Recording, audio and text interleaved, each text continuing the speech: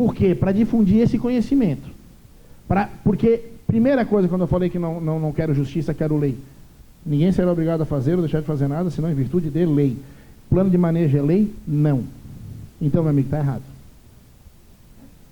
O plano de manejo não pode restringir direito constitucional de propriedade. Segunda questão, se eu passasse por isso e tem um conflito entre o plano diretor e o plano de manejo, qual é o primeiro critério lá do working para você resolver esse tipo de coisa? Está tratado na nossa petição, né, doutor Gama, do amicus curiae? Hierarquia. Uma lei sempre vai valer mais do que uma resolução. Então, é diferente daí, só para explicar por que então as APPs do Código Florestal, que é numa lei federal, valem no município. Porque daí você está na competência legislativa, que é concorrente, aquilo que a União ocupou, sobra para o Estado, e depois para o município, com base no 31 e daí o 182, você fazer interesse local. Então você não pode contrariar isso. É só uma outra coisa, viu, vereador, quando fizerem aqui o código novamente. Essa máxima de que em direito na área ambiental o mais restritivo vale é uma falácia. Então eu repito, não quero aumentar a APP aqui. Ah, não quero aumentar porque não pode. Porque senão vai estar contrariando e daí é uma lei inconstitucional.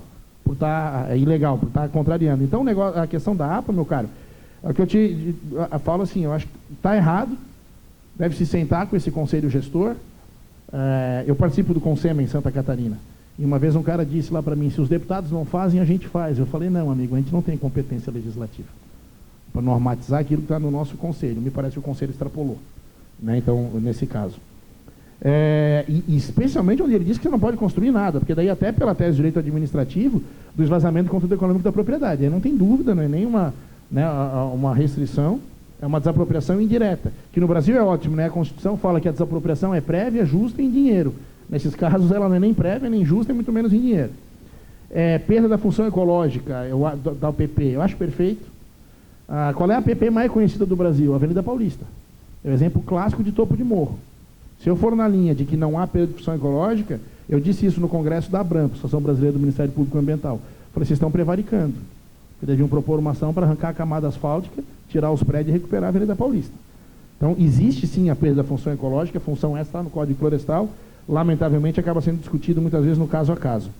Sobre a APA, eu acho engraçado porque manda mais que o prefeito, né? O gestor ali se começa a ter no litoral inteiro. Mas a mesma coisa, se for mudado e não for por lei, querendo só fazer uma última coisa quando você falou do Ministério Público desse caso, quem me ouve falar, eu tenho muito mais amigos do que... eu não tenho inimigos no MP, eu não brigo com o promotor, né? Aquela questão, clientes passam, colegas ficam. Eu tenho uma ótima relação. O que eu falo e digo para eles é que esses poucos ideólogos acabam muitas vezes deixando essa pecha da classe que tem. E na área ambiental isso tem muito, é uma área que todo mundo que trabalha com isso tem algum tipo de emoção envolvida. Eu sempre digo para o biólogo que está no órgão ambiental, e você tem que entender isso, ninguém vai para a faculdade fazer biologia para cortar árvore. Você vai fazer biologia para plantar árvore. E esse cara está no órgão ambiental. E esta blindagem que eu falo do licenciamento tem que ser feita também no órgão. E aqui eu queria dizer, vereadores, os demais representantes do poder público, ontem a secretária estava aqui, a melhor coisa que empreendedor sério pode ter é um órgão ambiental forte.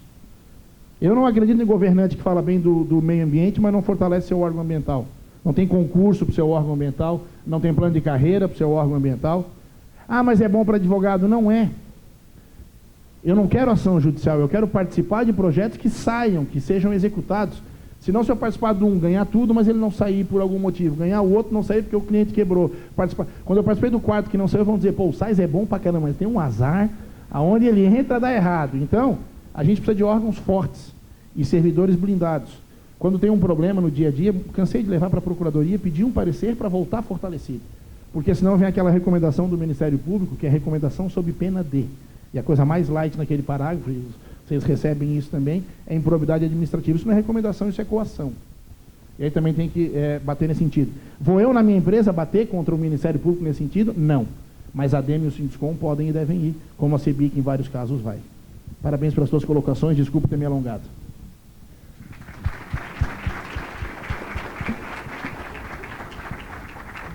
Doutor Marcos, eu acho que o que todos nós queremos aqui é uma legislação ambiental que permita o desenvolvimento econômico. Desenvolvimento econômico sustentável, exatamente. E no campo das discussões, aquilo que você falou ali, tem que ser levado muito em consideração. A gente tem uma legislação hoje voltada ao deficiente físico que tem prejudicado principalmente a área de comércio. Eu tenho um trabalho muito forte lá no comércio. E por que essa legislação tão boa com relação à questão do deficiente? Porque os deficientes foram lá e lutaram pelos direitos deles.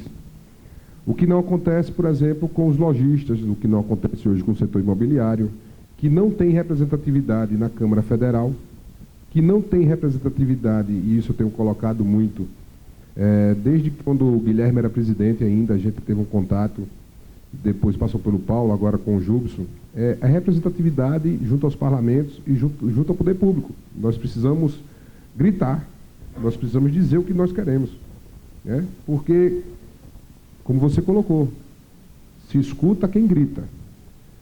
Se a gente vai discutir legislação ambiental, nós temos 3 ou 4 ali, dentro do instituto de uma ONG, gritando, o parlamento vai escutar quem está gritando.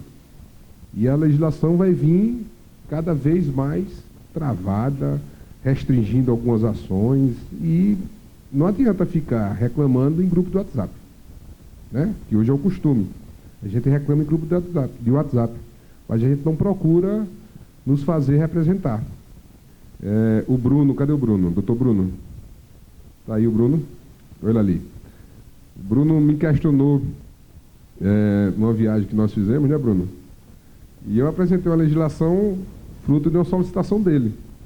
Porque ele teve a audácia de vir a mim e perguntar: bicho, por que tu não faz isso aqui? Vamos ver. E assim foi feito. E isso individual. Avalie se vocês pegarem a ADEME, o Ciduscom, que hoje com certeza é um dos principais polos geradores de emprego e renda aqui no Estado, tem uma força estúpida, e passarem a pressionar o governador, o prefeito e a Assembleia e os nossos representantes, né? A gente poderia ter uma legislação bem diferente. Então, vai facultar a palavra ainda para algum questionamento? Tem microfone por aí? Eu recebi uma plaquinha já de tempo encerrado, mas como eu não vi ninguém perguntando nada, um tema tão importante como esse, eu estou achando até estranho. Boa tarde. Parabenizar a palestra, muito interessante.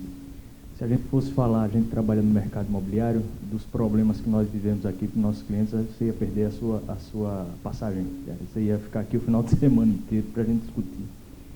E eu queria indagar, o seguinte, até onde vai o poder de polícia, né? Quer dizer, qual a sua visão sobre isso? A gente tem casos, por exemplo, do órgão ambiental federal embargar, que é um ato limite, embargar uma obra, por exemplo, sob o argumento de que aquela obra deveria ter sido licenciada, e quando, na verdade, a obra estava licenciada pelo órgão competente estadual. Até você desembargar esse caso específico, por exemplo, era uma obra em construção, e a ação foi proposta sob o argumento de que a obra estava licenciada corretamente pelo órgão estadual, mas tramitou 6 anos. O IBAMA foi ao agravo contra a negativa do recurso especial.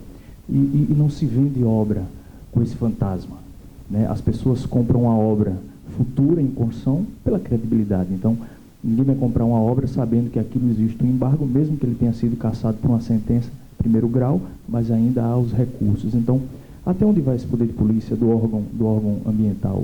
Você acha que merece ser combatido, quer dizer, que merece sofrer procedimentos administrativos e judiciais para reparação de dano? Isso eu falo do órgão ambiental, seja ele de qual esfera for, e também do Ministério Público.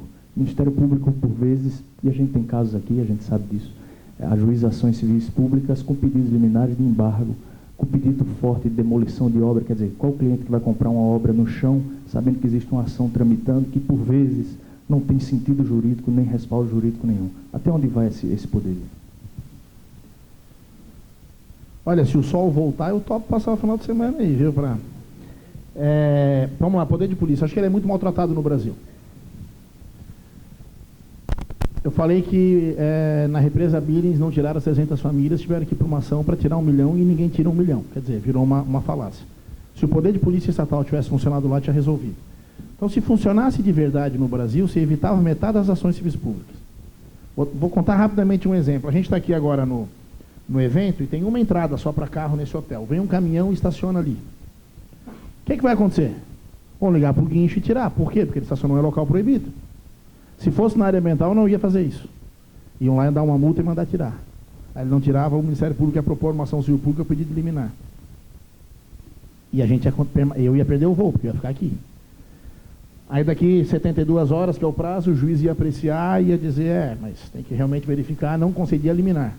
Aí o hotel, aí o MP que entrou ia para o tribunal. E nós parados aqui. Passados 4 anos, o caminhão já estava caindo aos pedaços, ia ser julgado em primeiro grau.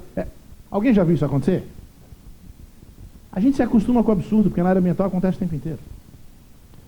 Se tem algo errado, poder de polícia. Por que não faz? Porque e aqui vai uma crítica ao CISNAMA. Os órgãos são fracos. Porque os governantes querem que os órgãos sejam fracos. Então, primeiro, acho que em muitos casos que devia funcionar não funciona. Sobre esse caso que você falou, aí já não é poder de polícia, aí é desrespeito à lei. E eu não quero do judiciário, eu não quero do MP, não quero de alguém que está ocupando um cargo, uma interpretação do que ele acha que é justo. Eu quero a lei. A lei complementar 140, Felipe tanto trabalhou por ela, diz o seguinte: quem licenciou, fiscaliza. O IBAMA discorda da licença que o órgão ambiental estadual deu. O que ele faz? Propõe uma ação. Vai discutir na justiça. Nós estamos falando de competência administrativa, ela é comum. O órgão federal não é mais que o órgão estadual, que não é mais do que o órgão municipal. Aí vem aquela discussão, eu sou municipalista, eu não sou municipalista. Pergunto, o que você é, Marcos? Eu sou constitucionalista. Se a Constituição disse, tem que fazer como ela disse. Tu acha que o município tem condições? É outra história. Quem disse que o Estado e a União tem? Mas então, esse seu exemplo é clássico. Eles não poderiam ter feito aquilo. Primeiro, por não ter competência. Segundo, porque um ato administrativo goza de presunção de legitimidade e legalidade. Só que no Brasil se acostuma com o absurdo. Então, aquilo que eu e nessa hora, eu quero dizer para vocês aí, vai para o mercado novamente, já que eu vou embora à meia-noite, vocês são muito desunidos. Porque quando uma obra é embargada, não é ruim só para aquele empreendedor, é ruim para o setor inteiro que apanha.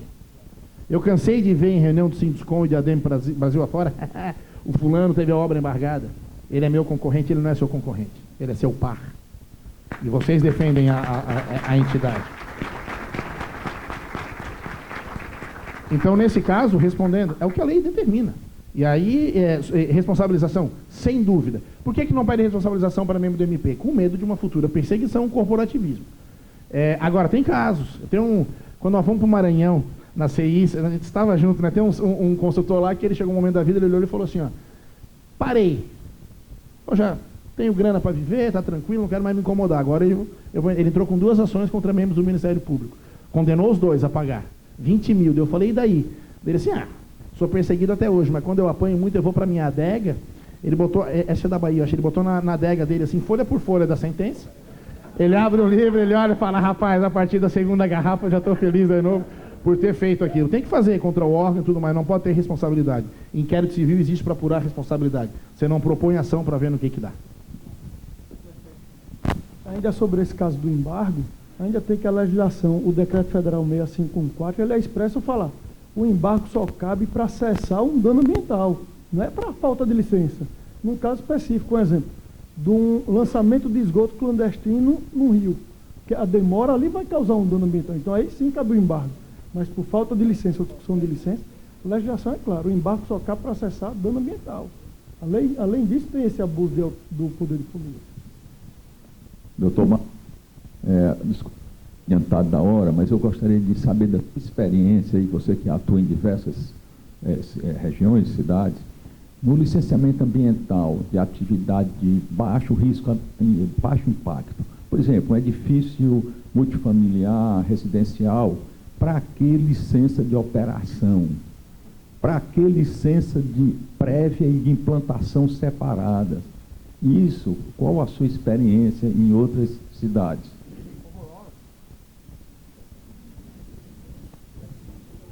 É horrorosa a experiência, né? Como é que você está relatando. Eu tenho muita esperança na Lei Geral do Licenciamento Ambiental, porque ela está trazendo, eu vou contar rapidamente, e assim, enquanto o vice-presidente fizer pergunta, a menina pode levantar a placa, eu vou falar. Hierarquia das normas aqui, hierarquia das normas.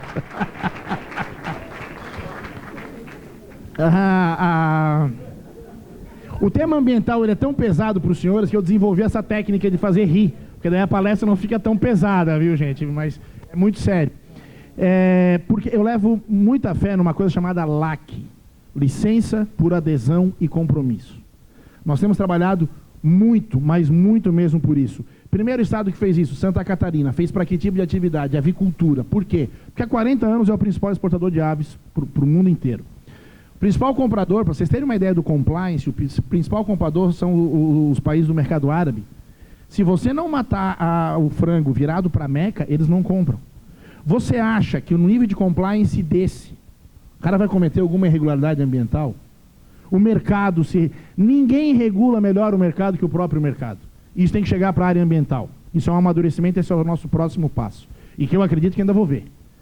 Então, a Santa Catarina instituiu a LAC para isso. Hoje, a atividade de avicultura corresponde a 18% das licenças expedidas pela antiga Fátima, era o único órgão ambiental com o nome de mulher, era a dona Fátima, agora virou o IMA, 18% é para avicultura. Você liberou quase 1/5 do tempo dos técnicos para apreciar aquele que precisa de licença de verdade. Mas assim, como é que acontece? Tem 71 exigências pela expertise do órgão no assunto, que você faz a adesão e firma o compromisso que vai cumprir.